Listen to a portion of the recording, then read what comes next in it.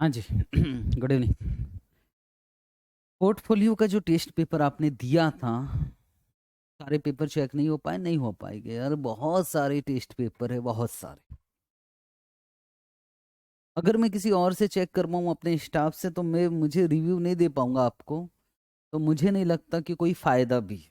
अगर मैं खुद पेपर चेक करूं, और उतने सारे पेपर्स चेक करने का समय नहीं, मतलब नहीं हो सकते, इम्पॉसिबल बात है। मुझे लगता था कि चलो ठीक है यार, रजिस्टर्ड स्टूडेंट्स के पर बहुत सारे क्वेश्चन पेपर।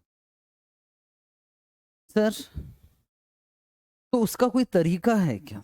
तरीका है, सिंपल है। तो पहले पोर्टफोलियो का टेस्ट पेपर डिस्कशन कर लूं, आप खुद चेक करना। आगे से जिस दिन पेपर होगा, जैसे कल टेस्ट है डेरिवेटिव्स का, तो जिस दिन टेस्ट होगा उसके दिन दूसरे दिन ही सजेस्टेड आ जाएगा, और उसके दूसरे दिन ही मैं आपको बता दूंगा। आपको खुद को चेक करना पड़ेगा, और जो बहुत मुश्किल नहीं है, मैं साथ में रहूंगा, मेरे साथ साथ आप चेक करना सीख लेना। इट मीन्स आपको सीखना है कि पेपर कैसे चेक किया जाए, और मेरे अपने पास्ट एक्सपीरियंस के हिसाब से बताऊंगा कि आपने क्या गलतियां किया होगा, 100% आप वही गलती करोगे। जैसे मैं पोर्टफोलियो टेस्ट पेपर का अभी डिस्कशन कर रहा हूं, उसका एक आध क्वेश्चन है जिसमें सभी बच्चों को दिक्कत है, वो भी डिस्कशन होगा। अभी आज पोर्टफोलियो हो जाएगा, कल म्यूचुअल फंड हो जाएगा, म्यूचुअल फंड का भी रिव्यू मुझे देना है, और कल डेरिवेटिव का टेस्ट है जो परसों आ जाएगा। अब डिसिप्लिन नहीं होगा, इट मीन्स डिसिप्लिन से काम करेंगे। उसकी वजह है कि मेरा फास्ट ट्रैक बाकी था, जो कि अब पूरी तरह से कंप्लीट हो गया। तो आज किस मैटर पे बात करेंगे? सर, आप पोर्टफोलियो जो टेस्ट दिया था ना, उस मैटर पे बात किया जाए। कल किस मैटर पे बात करेंगे? कल म्यूचुअल फंड के मैटर पे बात करेंगे, जो टेस्ट आपने दिया था। कल डेरिवेटिव का भी टेस्ट है, और जो लाइव रिवीजन देख रहा है, कल सुबह 8 बजे आपकी क्लास है, revision interest rate risk management का लास्ट लेक्चर। ओके। तो कल सर जो डेरिवेटिव का ही टेस्ट रहेगा, कि वो दोनों में? कल सिर्फ डेरिवेटिव का रहेगा, और मंडे से हम एडवांस कैपिटल बजटिंग स्टार्ट करेंगे, रिवीजन। कल क्लास है सुबह 8 से 9:30, ठीक है, इंटरेस्ट रेट रिस्क मैनेजमेंट का। जिनको कैप कॉलर फ्लोर वगैरह अच्छे से आता है, वो नहीं भी करेगा रिवीजन तो चल जाएगा, ठीक है। ओके। तो ये टेस्ट लिया था, काफी कुछ बच्चों के टेस्ट पेपर चेक होकर मिल गए होंगे, लेकिन अब आगे से मैं टेस्ट पेपर चेक नहीं कर पाऊंगा। हाँ, मैं इस तरह से जैसे आज आया हूं वैसे पक्का पक्का हूं। तो सर 2 घंटे का पेपर था, और 2 घंटे के हिसाब से मैंने 60 नंबर का आपको पेपर दिया था। उसी तरह से मल्टीपल चॉइस क्वेश्चन भी दिया था। क्वेश्चन नंबर 1 ऑलमोस्ट बच्चों का सही होगा। उसकी वजह यह है कि ये क्वेश्चन में आपको जरूरत ही नहीं है, क्वेश्चन सीधा बुक से उठाकर दे दिया था। इट मीन्स ये वाला क्वेश्चन मैंने आपको ऑलरेडी करवाया। मैंने आपको क्या, कहीं भी किसी भी बच्चे ने ये पोर्टफोलियो किया है तो ये वाला क्वेश्चन पक्का पक्का किया होगा। ऑलमोस्ट सभी बच्चों ने सही किया था इस क्वेश्चन पे। तो इस मैटर पे इसका आंसर दिया हुआ है, सजेस्टेड मैं इसके डिस्क्रिप्शन में भी डाल देता हूँ, इसका जो सॉल्यूशन है वो डिस्क्रिप्शन में भी डाल देता हूँ। तो इस क्वेश्चन को मैं नहीं पढ़ूंगा, ऐसा नहीं है कि मैं 1 घंटे तक आपको बताते रहा। तो सर इस क्वेश्चन में दिक्कत नहीं थी, आपको पूरा 12 नंबर मिल जाना चाहिए। और सर अगर नहीं मिल पा रहा है तो फिर दिक्कत है तैयारी में, वापस तैयारी करो, रिवीजन स्टार्ट कर दीजिए। क्वेश्चन नंबर 2 में अधिकतर बच्चों के साथ दिक्कत हुई है। क्वेश्चन नंबर 2 अधिकतर बच्चों ने गलत किया है, या तो छोड़ दिया, और मुझे यह समझ में नहीं आया कि छोड़ा क्यों। कोई नेगेटिव मार्किंग है कि नंबर कट जाएंगे? थोड़ा तो सोचो, कुछ नहीं तो तुक्का ही लगा लो यार, ठीक है ना। ओके। तो क्वेश्चन नंबर 2 में क्या था? क्वेश्चन नंबर 2 में एबीसी दिया था, expect return beta. Specific risk का मतलब क्या होता है? स्पेसिफिक रिस्क का मतलब होता है अनसिस्टमैटिक रिस्क, ठीक है सर, और टोटल रिस्क। और मैंने मांगा था आपसे सबसे पहले टोटल रिस्क, फिर टोटल रिस्क, और ये एक्सपेक्टेड।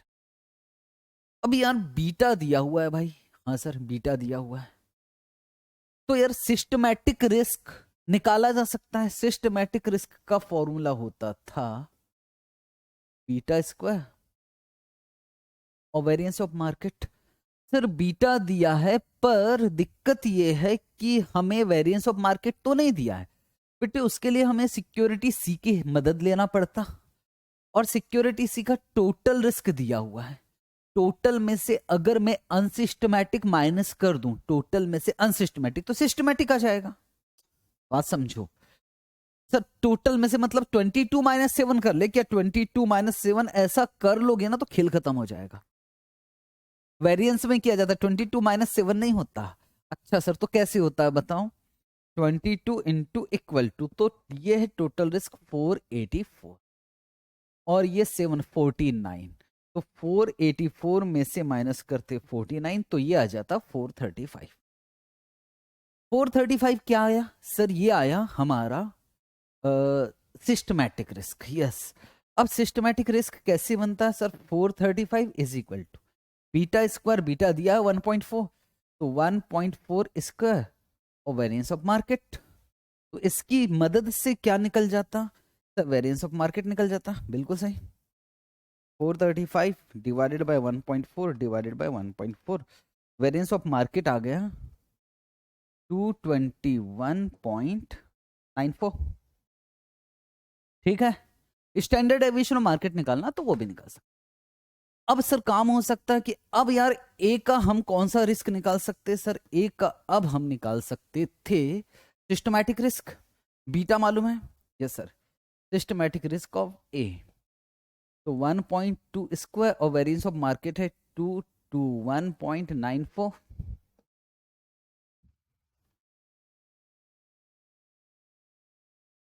इंटू 221.94, तो सर ये आ जाता 319.59।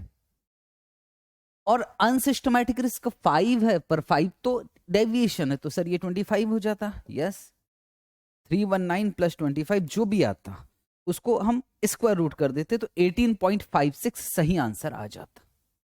ठीक, हाँ बोलो ना यार। हाँ सर, और यही काम फिर इसमें भी कर लेते क्योंकि वेरिएंस ऑफ मार्केट तो पता है, तो फिर ये भी आ जाता। और इसमें तो किस्मत खराब थी हमारी कि दो आंसर हमने एक जैसा दे दिया था। मतलब यार आप समझ जाते कि यार दोनों में से कोई एक है, ए को करो या सी को, मैंने दोनों ही पे आपको नंबर मिलेगा। इट मीन्स जिन लोगों का 18.56 आया वो सही है, 2 नंबर ले सकते हैं। ओके, अब सर ये आखिरी काम यार, एक्सपेक्ट रिटर्न कैसे निकलेगा? मैंने लिखा CAPM होल्डिंग गुड, इसका मतलब है ये जो रिटर्न है ना वो CAPM के हिसाब से है। तो यार हम किस तरह से काम कर सकते? साइमल्टेनियस इक्वेशन, 18 जो आया वो CAPM, CAPM RF plus MRP into beta, और बीटा मालूम है 1.2 MRP। ऐसे ही 10 इज इक्वल टू कितना कितना आएगा सर? RF प्लस कितना है 0.5 इंटू MRP, और इससे RF और MRP निकल जाता, और RF और MRP निकलता तो फिर तो ये तो निकल ही जाता। ठीक है, कर लोगे? यस सर, और इसका आंसर आ जाएगा 20.28%। ठीक है जी, गलती समझ में आ रही कहाँ कर रहे हो आप? हाँ सर, ठीक है, आगे चले। इसके बाद डिस्क्रिप्टिव क्वेश्चन, तो मेरे ख्याल से मल्टीपल चॉइस क्वेश्चन सभी का सही था। जो सेकंड वाला क्वेश्चन आया था वो मुझे नहीं लगता कि किसी का सही रहा होगा। अगर किसी ने कर लिया होगा तो बहुत बड़ी बात है। Question number 1B 1A normal question था, और क्या सभी का कितने नंबर का क्वेश्चन दिया था मैंने आपको? ये 6 नंबर का क्वेश्चन था। 2 नंबर इस पे था, 2 नंबर इस पे था, और 2 नंबर इस पे था, और मुझे नहीं लगता कि किसी ने भी इस क्वेश्चन को गलत किया है।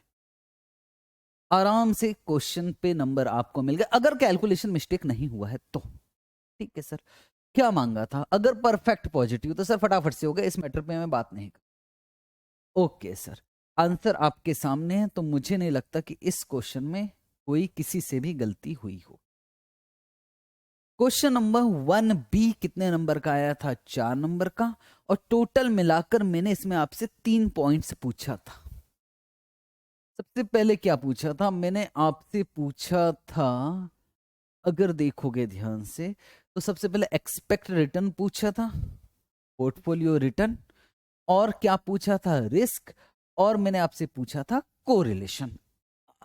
आपसे क्या पूछा था? वेट, अगर पोर्टफोलियो रिस्क आपको कितना रखना है? 17%। 3 पॉइंट पूछा था। ओके सर, तो इसमें यार इसमें मैं आपको इस पॉइंट के लिए 2 नंबर देता, और कोरिलेशन सॉरी वेट निकालने के लिए 2 नंबर देता, यही काम करता मैं, 2 नंबर 2 नंबर। इस क्वेश्चन को भी ऑलमोस्ट बच्चों ने सही किया, बस एक गलती हो गई। अब गलती क्या हुई सुनना। किसी स्टूडेंट ने जब standard deviation of A into weight of A square लिखना है, सर फॉर्मूला तो हमको पता है यार, हाँ पता है, लेकिन दिक्कत क्या हो रही है, बच्चों ने गलती से क्या किया, 28 स्क्वायर ले लिया। भाई 28 स्टैंडर्ड डेविएशन नहीं है, 28 तो एक्सपेक्टेड रिटर्न है, और आप लोगों ने 28 ले लिया, बस खेल खत्म। आपको समझना है ना, स्टैंडर्ड डेविएशन ये है, जब फॉर्मूला लिख रहे हैं तो आपको पहले टिक कर लेना चाहिए कि यार ये है स्टैंडर्ड डेविएशन और ये है एक्सपेक्टेड रिटर्न।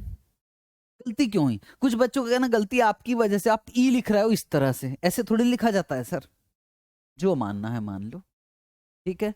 तो ठीक है सर, इस क्वेश्चन में भी वैसे कोई दिक्कत नहीं थी, ओके। तो ये भी आपसे बन गया होगा, और जिनको बन गया, ये वाला क्वेश्चन ऑलमोस्ट लोगों ने सही किया, इस क्वेश्चन में किसी को कोई दिक्कत नहीं है। और सर नंबरिंग करना तो 2 नंबर इस स्टेप का, 2 नंबर इसका था, तो अगर आपके दोनों सही हैं तो आप खुद से 4 नंबर ले सकते हो। आगे से मैं पेपर चेक नहीं करने वाला हूं, जिस दिन पेपर होगा, जैसे डेरिवेटिव का टेस्ट कल है ना, तो परसों मैं आपको बता दूंगा कि क्या क्या आपसे गलती हो सकती है, और इसी तरह से आऊंगा डेरिवेटिव का पेपर, थोड़ा सा मुश्किल दूंगा कल पक्का, और डेरिवेटिव का अगले दिन ही मैं सजेस्टेड लेकर आ जाऊंगा और डिस्कशन वीडियो के साथ में, ओके। तो ये क्वेश्चन सभी का सही, तो ऑलमोस्ट कोई गलती से, बस दिक्कत क्या है, किसी बच्चे ने RF 6% लिया था, RF 6% लिया, पर तो भी उसका आंसर मैच होना है, होना ही था, क्योंकि RF की जरूरत किसके लिए पड़ रही थी, CAPM।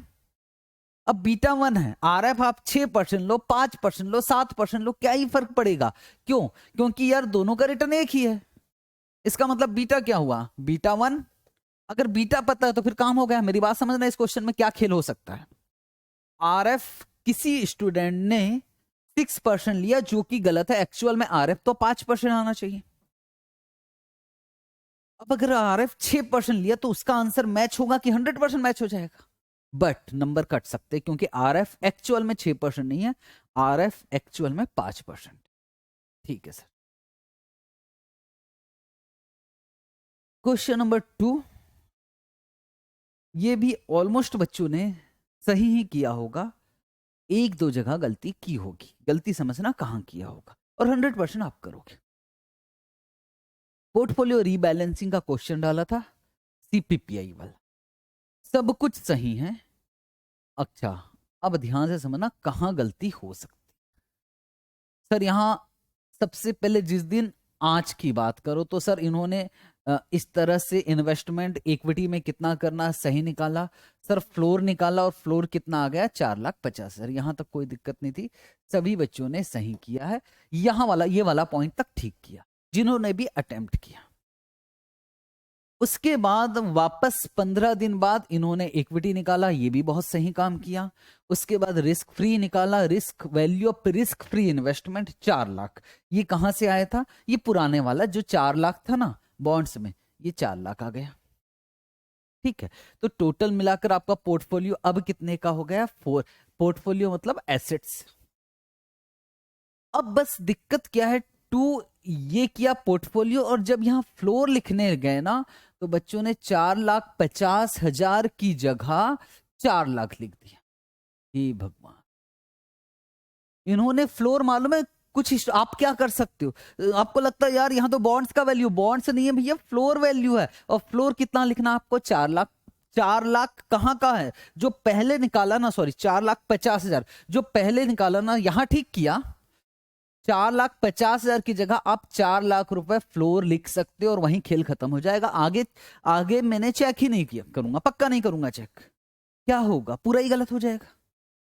यहां भी वही काम किया, ठीक है सर, ठीक, ठीक है जी, बात समझ में आ रही है, ठीक है। उसके बाद 15 दिन बाद वाले में भी वही दिक्कत है। और एक चीज विशेष बात है, ये वाली लाइन लिखना भूल जा रहा है कि आपने बॉन्ड्स बेचा तो इक्विटी में कितना ट्रांसफर किया, या इक्विटी बेचा तो बॉन्ड्स में कितना ट्रांसफर किया। भाई लोग, ये वाली लाइन लिखना जरूरी है प्लीज। आप निकाल तो लेते हो कि यार पोर्टफोलियो इतना, इक्विटी में इतना जाएगा, रीबैलेंसिंग भी कर ले, तो रीबैलेंसिंग के बाद आपको दिखाना पड़ेगा कि बॉन्ड से इक्विटी में कितना ट्रांसफर हुआ या इक्विटी से बॉन्ड में कितना ट्रांसफर हुआ। बाकी क्वेश्चन सही था। गलती कहां हो सकती है? गलती ये हो सकती है आप फ्लोर चेंज कर दो, बस, और कोई गलती नहीं होगी आपसे। Okay sir. सर इस क्वेश्चन में कोई दिक्कत है? कि इस क्वेश्चन में कोई दिक्कत नहीं है, बस दिक्कत एक ही है कि ये जो अनसिस्टमैटिक रिस्क परसेंटेज में दिया है, परसेंटेज में, तो कुछ लोगों को लगा कि यार ये तो वेरिएंस ही है। क्यों वेरिएंस है भाई? वेरिएंस मतलब परसेंटेज स्क्वायर है। ये वेरिएंस नहीं है। वेरिएंस होता 900 और 1600, पर अधिकतर लोगों ने 30 और 40 ही लिख दिया होगा, बस। बाकी तो सब सही है। अधिकतर लोगों ने 30 और 40 लिखा होगा और वहीं खेल खत्म हो गया। बाकी इस क्वेश्चन में था क्या? ये तो सिंपल क्वेश्चन था।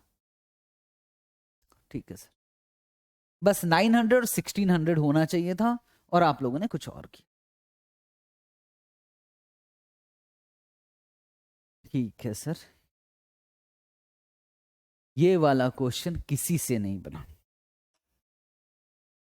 ऊपर से कुछ कमेंट्स भी मैंने पढ़ा था कि ये यार सीएमए का क्वेश्चन है। ठीक है, सीएमए का क्वेश्चन है तो दिक्कत क्या है?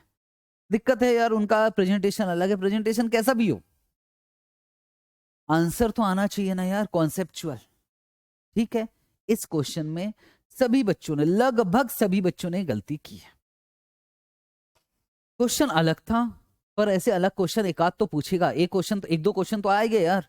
मैं ये नहीं कह रहा कि पूरे पेपर में नया आएगा, पर एक दो क्वेश्चन तो अलग आएंगे। तो एक बार पढ़े क्वेश्चन को, यस, एक बार आप भी देख लीजिए, फिर डिस्कशन स्टार्ट करते इस पे। बस इस चैप्टर, इस टॉपिक में, इस टेस्ट पेपर में ये क्वेश्चन थोड़ा सा स्पेशल था। देखिए, ओके। तो लिखा था, an investor has the following constituents holding in portfolio. A B C stocks था, नंबर ऑफ शेयर्स था, प्राइस था और बीटा था। Market value, weighted average beta, ये सभी ने सही किया है। अगर 8 नंबर का क्वेश्चन है, अगर आप लोगों ने सही किया है तो आप इस पर 2 नंबर ले सकते हो। इसका मतलब जिसका 1.296 आया है वो 2 नंबर ले सकता है आराम से। ठीक है, ओके। वैल्यू ऑफ पोर्टफोलियो कितना आया था? 6,25,000। सर यहां तक हमको कोई दिक्कत नहीं, लेकिन आगे सर दिक्कत हो गई, और आगे के शब्द important. If the investor wants a target beta, कितना चाहिए? 0.9। सर ये बीटा मैनेजमेंट है, ये टारगेट बीटा दिया है, ठीक है, 0.9।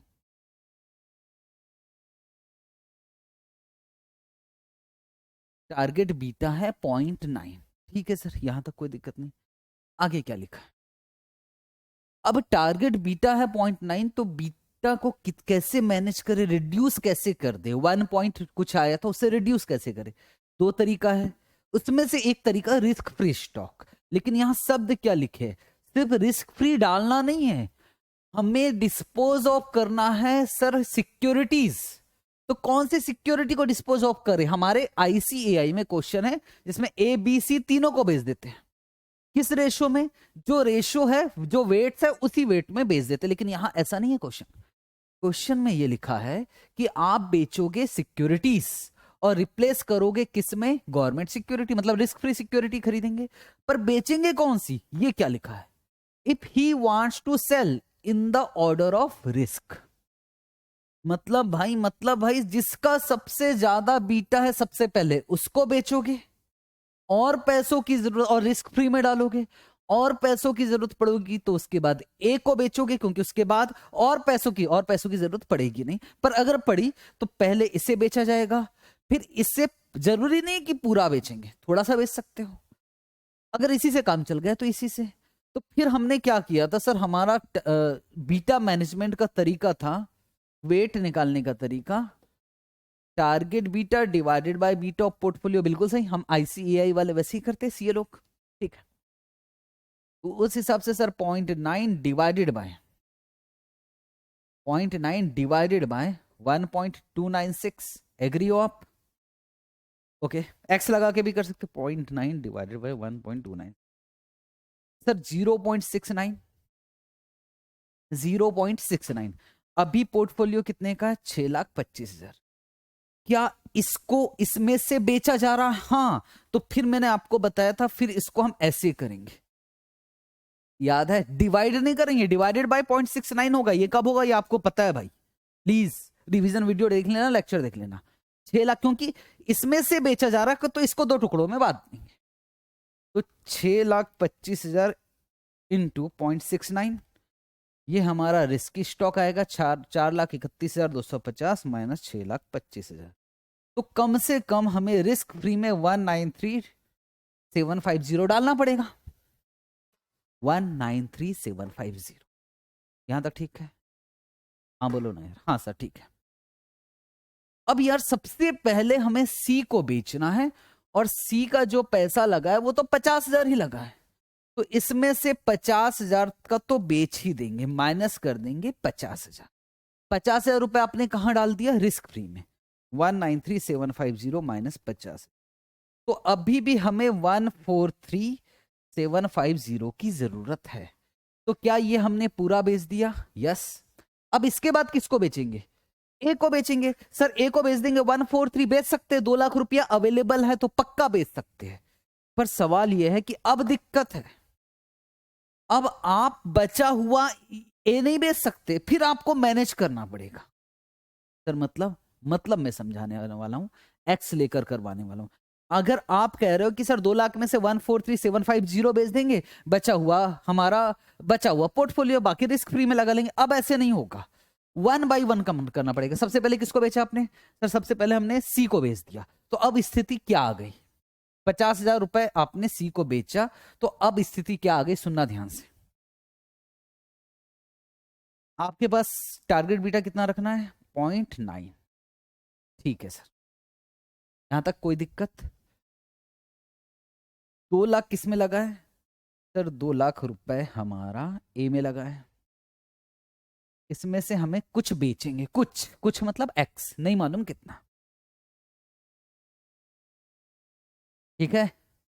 ठीक, अच्छा स्पेशल क्वेश्चन है ये।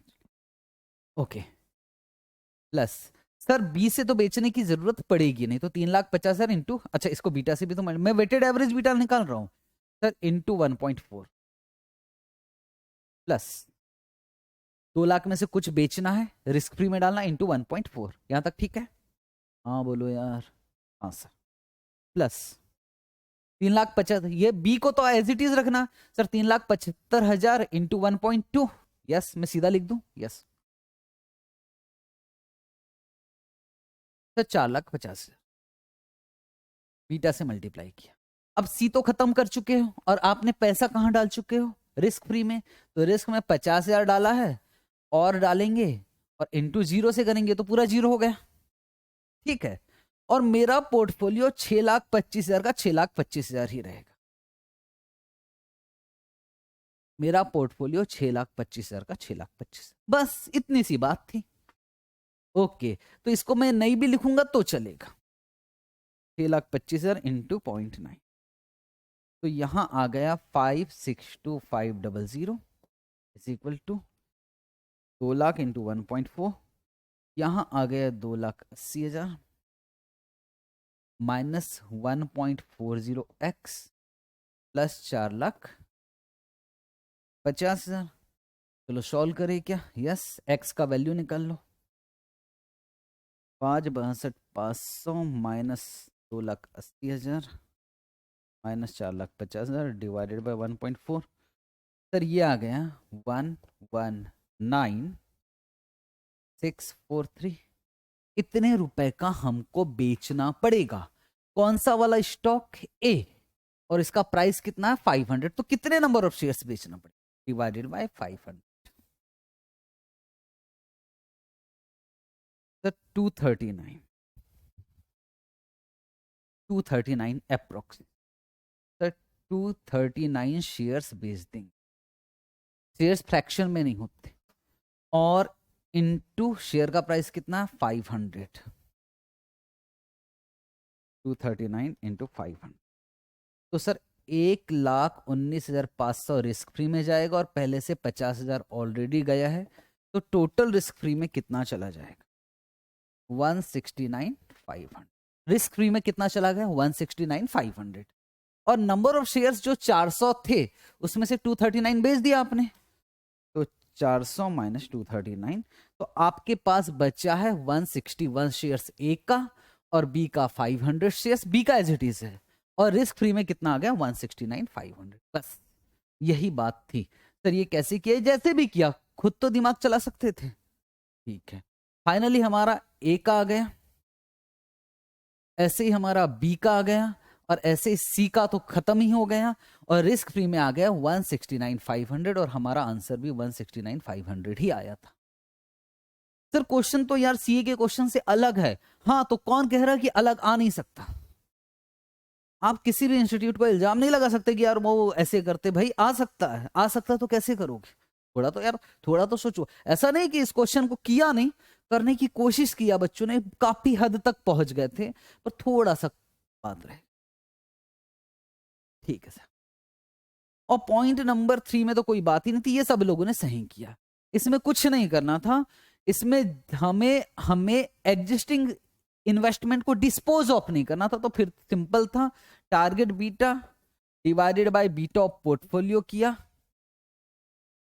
मतलब 0.9 डिवाइडेड बाय 1.296, 0.69 आया था। और हमने 6,25,000 एज इट इज रहेगा, तो ये हमारे लिए 0.69 के बदले में, मतलब इसको बेचना नहीं है 625 को। ठीक है सर, तो 6,25,000 डिवाइडेड बाय 0.69, तो सर ये आंसर आ गया था 9069 ही था कि यार 69, ठीक 694 ले लेना। ठीक, 6,25,000 डिवाइडेड बाय 0.694, जो भी आया वो आया 9,00,576, इतना रखना है। और ऑलरेडी मेरा रिस्क स्टॉक में इतना लगा हुआ है माइनस 6,25,000, तो टोटल मिलाकर 2,75,000 के आसपास मुझे रिस्क फ्री में डालना पड़ेगा, 2,75,576 रिस्क फ्री में डालना पड़ेगा। ठीक, और इनका आंसर है, इन्होंने एक्स लगा के किया होगा, तो इनका आंसर है 2,75,000। कोई फर्क नहीं पड़ता, चल जाएगा। ठीक है जी, हाँ बोलो। ये वाला किया है, सही किया है बच्चों। तो इस पे भी मैं 2 नंबर देना होता, तो जो नंबर देता ना वो इस पे देता 4 नंबर। ठीक है, ओके। अच्छा क्वेश्चन है ये वाले क्वेश्चन में। सर किसी को कोई दिक्कत है क्या? कोई दिक्कत नहीं है, अगर नंबर लेना है तो इस पे 3 नंबर ले सकता है, इस पे 3 नंबर। हालांकि ये 6 नंबर का क्वेश्चन बनता नहीं था, ये 4 ही नंबर का क्वेश्चन बनता, सीरियसली बता रहा हूं। उसके बाद सर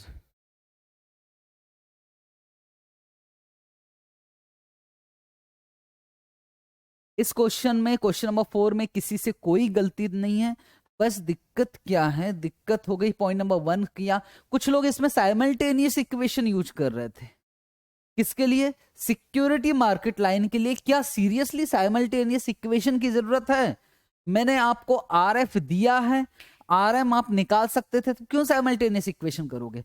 और प्लीज अल्फा जो निकाल रहे हो वो अल्फा आपका कैरेक्टरिस्टिक लाइन वाला अल्फा चाहिए मुझे, सीरियसली बता रहा हूं, क्योंकि मैं एज पर आईसीएआई चेक कर रहा हूं। ठीक है, ओके। इट मींस अल्फा जो चाहिए वो अल्फा में बहुत सारे बच्चों ने मिस्टेक किया, मुझे ये वाला अल्फा चाहिए, आईसीएआई में यही लिखा हुआ है। जिनका दिल करा ER माइनस RE कर देंगे तो वैसे कर सकते हो, पर प्लीज मैंने जो पेपर दिया वो एज पर आईसीएआई दिया है, वैसे ही मैं चेक करूं, मुझे कॉन्सेप्ट से कोई लेना देना नहीं। सर इस क्वेश्चन में किसी ने कोई गलती किया कि ये क्वेश्चन बहुत ही सिंपल था, इसमें क्या निकालना था? Systematic unsystematic risk. इंडिविजुअल का नहीं चाहिए था भैया, पोर्टफोलियो का चाहिए था इक्वल अमाउंट में, तो सिस्टमैटिक अनसिस्टमैटिक रिस्क आराम से बन जाता, मुझे नहीं लगता कि कोई दिक्कत थी इसमें।